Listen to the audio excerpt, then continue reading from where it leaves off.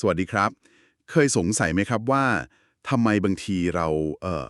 ได้ยินเสียงเปิดซองขนมปุ๊บแล้วรู้สึกหิวขึ้นมาทันที อืมใช่ค่ะหรือแบบได้กลิ่นบางอย่างแล้วนึกถึงเรื่องเก่าๆเลยนะคะใช่เลยครับ วันนี้เราจะมาคุยกันเรื่องหนึ่งที่เป็นพื้นฐานมากๆทางจิตวิทยา แล้วก็อาจจะเป็นคำตอบของเรื่องพวกนี้ครับ ก็คือทฤษฎีการวางเงื่อนไขแบบคลาสสิกของอีวาน พาฟลอฟ ค่ะ classical conditioning ที่โด่งดังมากครับจากข้อมูลที่เราดูกันมาเนี่ยเราจะมาเจาะลึกกันว่าไอการเรียนรู้แบบเชื่อมโยงง่ายๆแบบนี้มันทำงานยังไงแล้วมันส่งผลกับเรามากกว่าที่เราคิดยังไงบ้างๆน่าสนใจมากค่ะเริ่มกันเลยดีกว่านะครับจุดเริ่มต้นสุดคลาสสิกเลยการทดลองกับสุนัขของพาฟลอฟเนี่ยปกติเวลาสุนัขเห็นอาหารมันก็น้ำลายไหลใช่ไหมครับอันนี้แบบว่าธรรมชาติมากๆ ค่ะอันนั้นคือปฏิกิริยาตอบสนองตามธรรมชาติเลยใช่ครับ อาหารเนี่ยนักวิทยาศาสตร์เขาเรียกว่าสิ่งเร้าที่ไม่ต้องวางเงื่อนไขหรือ UCS ส่วนน้ำลายไหลก็คือการตอบสนองที่ไม่ต้องวางเงื่อนไขหรือ UCR คือมันเกิดเองไม่ต้องมีใครสอนถูกต้องค่ะแต่ว่าจุดสำคัญมันเริ่มตรงนี้ต่างหากคือพาฟลอฟเขาไม่ได้ให้แค่อาหารอย่างเดียวเขาลองเอาเสียงกระดิ่งเข้ามาด้วย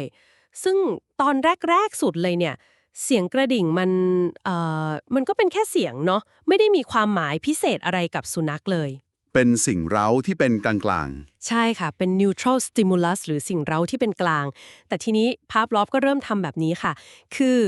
สั่นกระดิ่งปุ๊บแล้วตามด้วยการให้ผงเนื้อหรืออาหารทันทีเลยทำแบบนี้ติดกันซ้ำๆหลายครั้งเลยค่ะๆอ๋อคือจับคู่เสียงกระดิ่งกับอาหารไปเรื่อยๆเลยแล้วแล้วมันเกิดอะไรขึ้นต่อครับผลที่ได้นี่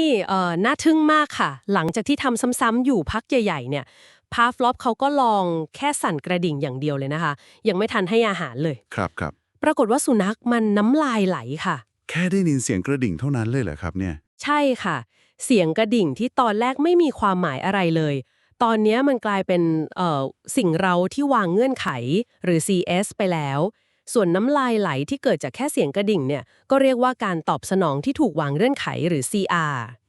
แสดงว่าสุนัขมันเรียนรู้ไปแล้วว่าเสียงกระดิ่งเนี่ยมันเชื่อมโยงกับอาหารที่กำลังจะมาโอ้โหน่าสนใจจริงๆครับแล้วมันมีแค่หลักการนี้หรือว่ามีปรากฏการณ์อื่นๆที่เกี่ยวข้องตามมาอีกไหมครับมีค่ะมีอีกหลายอย่างเลยที่น่าสนใจอย่างแรกเขาเรียกว่าการแผ่ขยายหรือ generalization ค่ะ การแผ่ขยายยังไงครับก็คือสมมติว่าเสียงกระดิ่งที่ใช้ทดลองเนี่ยมันเปลี่ยนไปนิดหน่อยแบบว่าเสียงสูงขึ้นนิดนึงต่ำลงนิดนึงสุนัขก็อาจจะยังน้ำลายไหลอยู่ดีค่ะเหมือนมันแบบว่าเหมาเสียงที่คล้ายๆกันไปด้วยอ๋อเหมือนเด็กที่เคยตกใจเสียงฟ้าร้องดังๆพอได้ยินเสียงดังคล้ายๆกันก็อาจจะกลัวไปด้วยอะไรแบบนั้นหรือเปล่าครับใช่ค่ะคล้ายๆกันเลยแต่ในทางกลับกันนะคะมันก็มีความสามารถในการ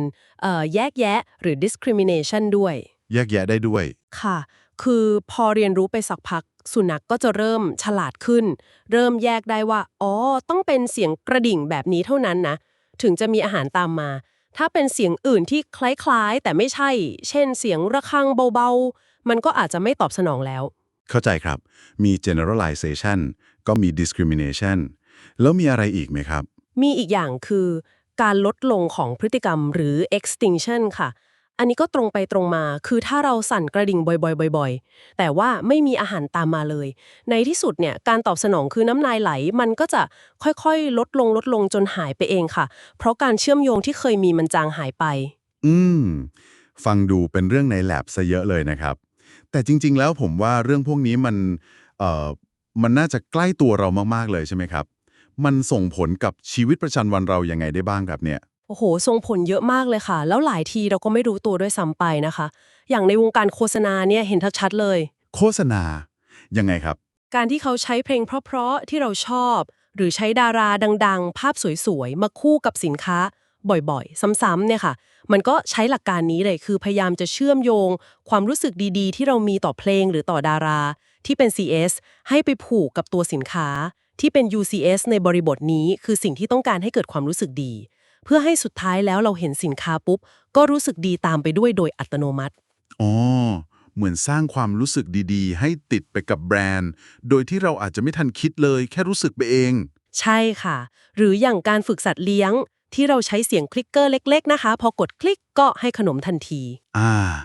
ใช่ใช่ครับ อันนั้นก็คือการวางเงื่อนไขให้สัตว์เรียนรู้ว่าเสียงคลิก CS หมายถึงขนม UCS กำลังจะมานะ มันก็จะแสดงพฤติกรรมที่เราต้องการเพื่อจะได้ยินเสียงคลิกนั่นเองค่ะ เป็นการเรียนรู้แบบเชื่อมโยงอัตโนมัติเลย แสดงว่ามันเป็นการเรียนรู้ที่เกิดขึ้นแบบว่าค่อนข้างอัตโนมัติไม่ต้องผ่านการคิดวิเคราะห์อะไรซับซ้อนเลยแค่เกิดจากการที่สองสิ่งมันมาคู่กันบ่อยๆเท่านั้นเอง ถูกต้องเลยค่ะ มันเป็นการสร้างความเชื่อมโยงในระดับที่ค่อนข้างพื้นฐานเลย ซึ่งบางทีมันก็ส่งผลต่อความชอบ ความกลัว หรือแม้แต่ทัศนคติบางอย่างของเรา โดยที่เราอาจจะไม่รู้ตัวหรือไม่เคยตั้งใจให้เป็นแบบนั้นก็ได้ค่ะ สรุปง่ายๆเลยนะครับ การวางเงื่อนไขแบบคลาสสิกเนี่ยก็คือการเรียนรู้ที่ของอย่างหนึ่งที่ตอนแรกมันไม่ได้มีความหมายอะไรพิเศษเลยเนี่ยมันสามารถกระตุ้นให้เราเกิดปฏิกิริยาบางอย่างได้ เพียงเพราะว่ามันถูกเอาไปจับคู่ซ้ำๆๆกับอีกอย่างหนึ่งที่มันกระตุ้นปฏิกิริยานั้นได้อยู่แล้วโดยธรรมชาติ เหมือนที่เสียงกระดิ่งในที่สุดก็ทำให้สุนัขของพาฟลอฟน้ำลายไหลได้นั่นเองค่ะชัดเจนเลยค่ะ และนี่ก็อาจจะเป็นคำถามทิ้งท้ายที่น่าสนใจให้ลองกลับไปคิดตามกันดูนะคะ ครับ มันเกิดขึ้นได้ง่ายๆ แล้วก็บางทีมันก็ทำงานอยู่เงียบๆเบื้องหลังความคิดของเราเนี่ยลองสังเกตดูไหมคะว่ามีการวางเงื่อนไขอะไรบ้างในชีวิตประจำวันของเรา ที่อาจจะกำลังกำหนดความชอบรสนิยมส่วนตัวหรือแม้กระทั่งปฏิกิริยาทางอารมณ์บางอย่างที่เรามีต่อสิ่งต่างๆ โดยที่เราอาจจะไม่เคยสังเกตเห็นมันมาก่อนเลยก็ได้นะคะ